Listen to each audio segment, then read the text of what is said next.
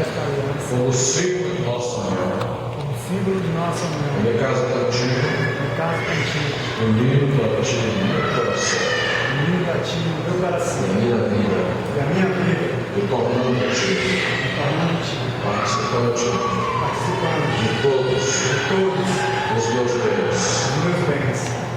Portanto, que esta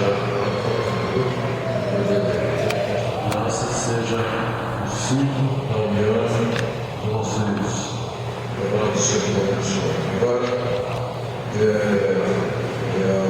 a Tainá que vai dizer,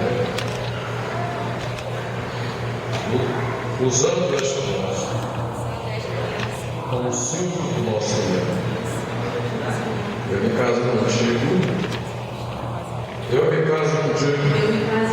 unindo a ti meu coração, e a minha vida, tornando-te participante de todos os teus bens. Nós podemos dizer amém. Amém! Agora você não se ajoelhar e a gente orar para você, né?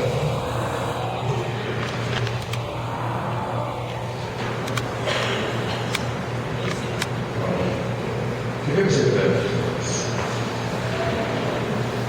Você conhece uma palavra aqui, na Bíblia, aí eu conheço em cima da sua mão.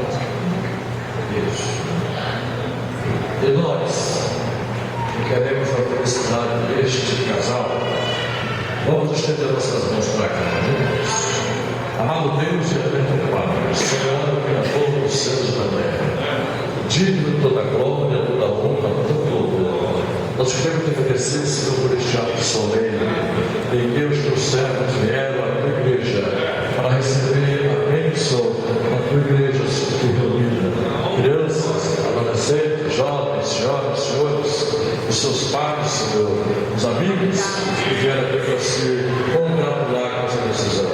Abençoa, portanto, os teus servos, Senhor, que possa ser um amigo fiel, amigo, companheiro, cônsul da sua responsabilidade. A tua serva também dá a tua graça, Senhor, para que possa saber se conduzir de uma forma digna e glorifique o santo nome.